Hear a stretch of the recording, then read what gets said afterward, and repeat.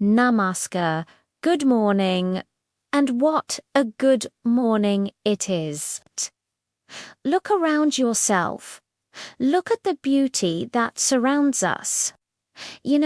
I think mornings like these are God's way of saying, you know what, let me gift you a fresh start. And it's not just a gift. It's an opportunity to reflect, to look back at where we've come from, appreciate the strength that got us here, and to look ahead at the immense potential that lies before us. You see, when I look at our past, I see the resilience of our people, the richness of our culture, the power of our democracy. When I look at our present, I see the grit and determination with which we fought the pandemic. I see how our doctors and our scientists raced against time, how our entrepreneurs pivoted and innovated, how our farmers fed the nation. And when I look at our future, I see limitless possibilities.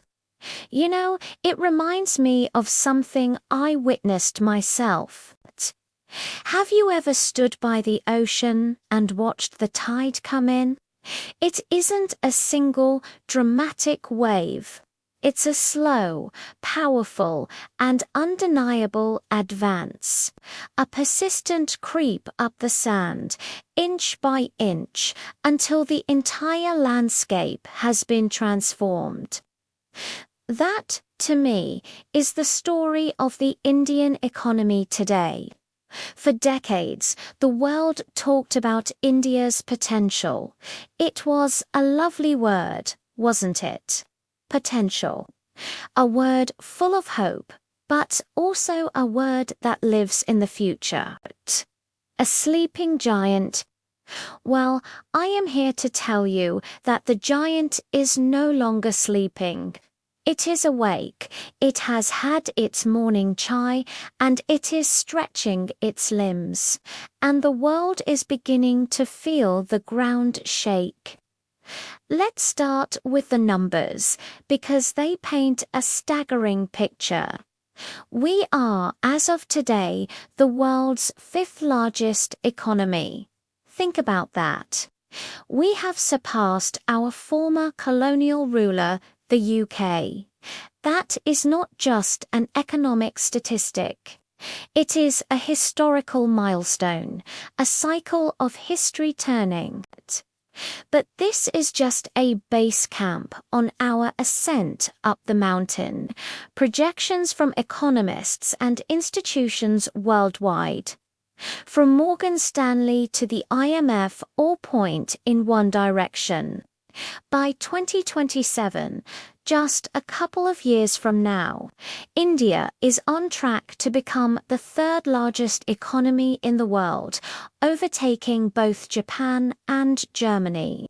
The government has set its sights on a 5 trillion economy in the very near future, with a clear roadmap to 7 trillion by 2030. These aren't just dry figures on a spreadsheet. This is the economic equivalent of a rocket launch. So the natural question is, what is the fuel? What is propelling this incredible momentum? The first and most powerful engine is our people, our demographic dividend. This is a term you hear a lot, but what does it really mean? It means that our median age is just 28. Compare that to 38 in the United States, 47 in Germany, and 49 in Japan.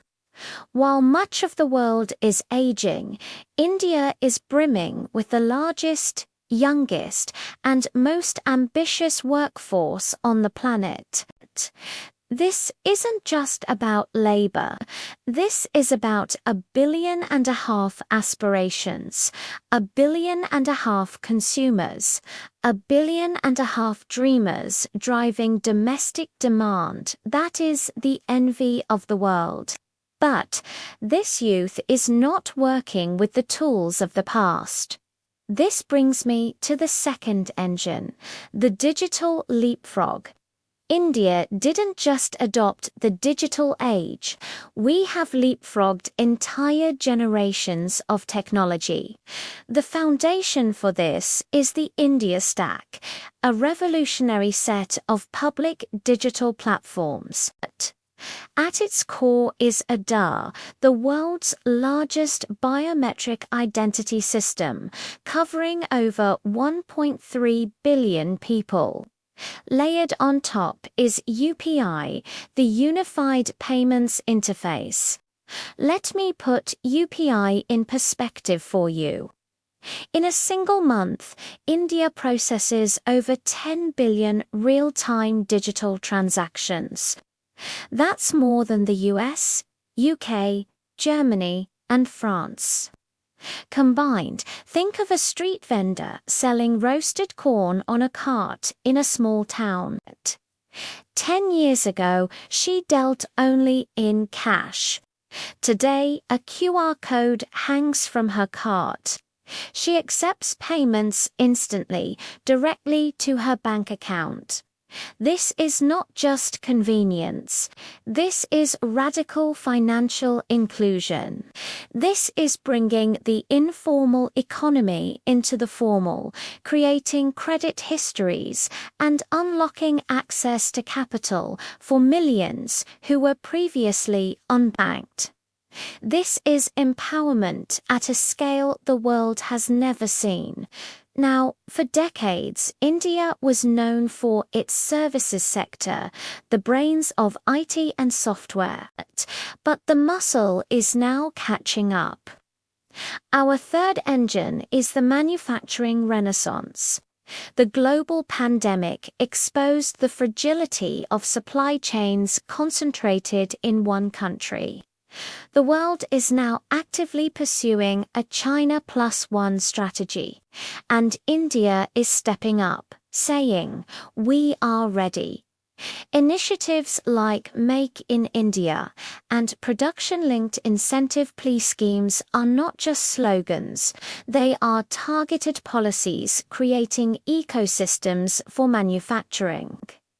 We are now the second largest mobile phone manufacturer in the world. Major global players, from Apple to Samsung, are significantly ramping up their production in India, not just for the Indian market, but for export to the world.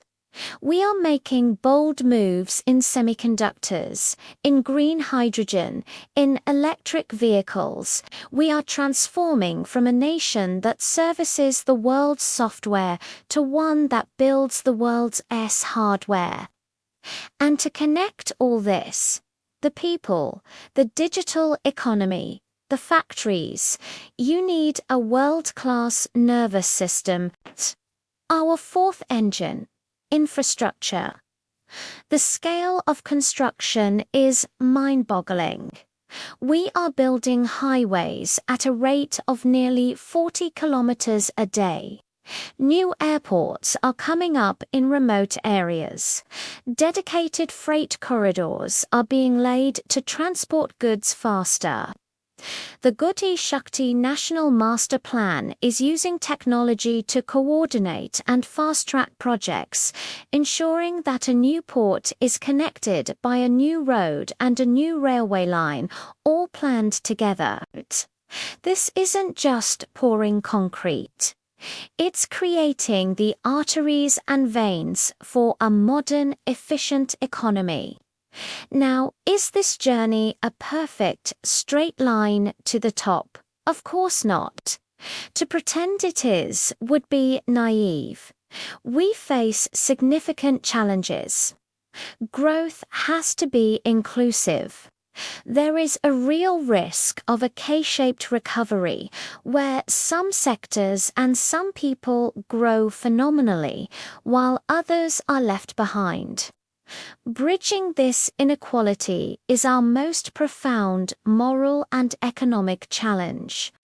Creating enough high-quality jobs for the millions of young people entering the workforce every year is a Herculean task. Skilling, upskilling, and reskilling our youth to be future-ready is a national priority, and we must balance this explosive growth with our responsibility to the planet. How do we power a 7 trillion economy without choking our cities and warming our climate? Our massive push into solar and renewable energy is a step in the right direction, but the scale of the challenge is immense. So, with these challenges, is the dream realistic? Is becoming a major defining economic power truly possible? My answer is an unequivocal yes. Because the foundation is no longer just potential, it's performance. The steps being taken are deliberate and structural. The Goods and Services Tax (GST) has created a single national market. The Insolvency and Bankruptcy Code (IBC) is cleaning up bad loans and improving the credit culture. The relentless focus on improving the ease of doing business is sending a clear signal to global investors. India is open for business. The confidence is not just internal. The record levels of foreign direct investment (FDI) pouring into the country are a global vote of confidence in the India story. What we are witnessing is not just an economic transition, it's a psychological one.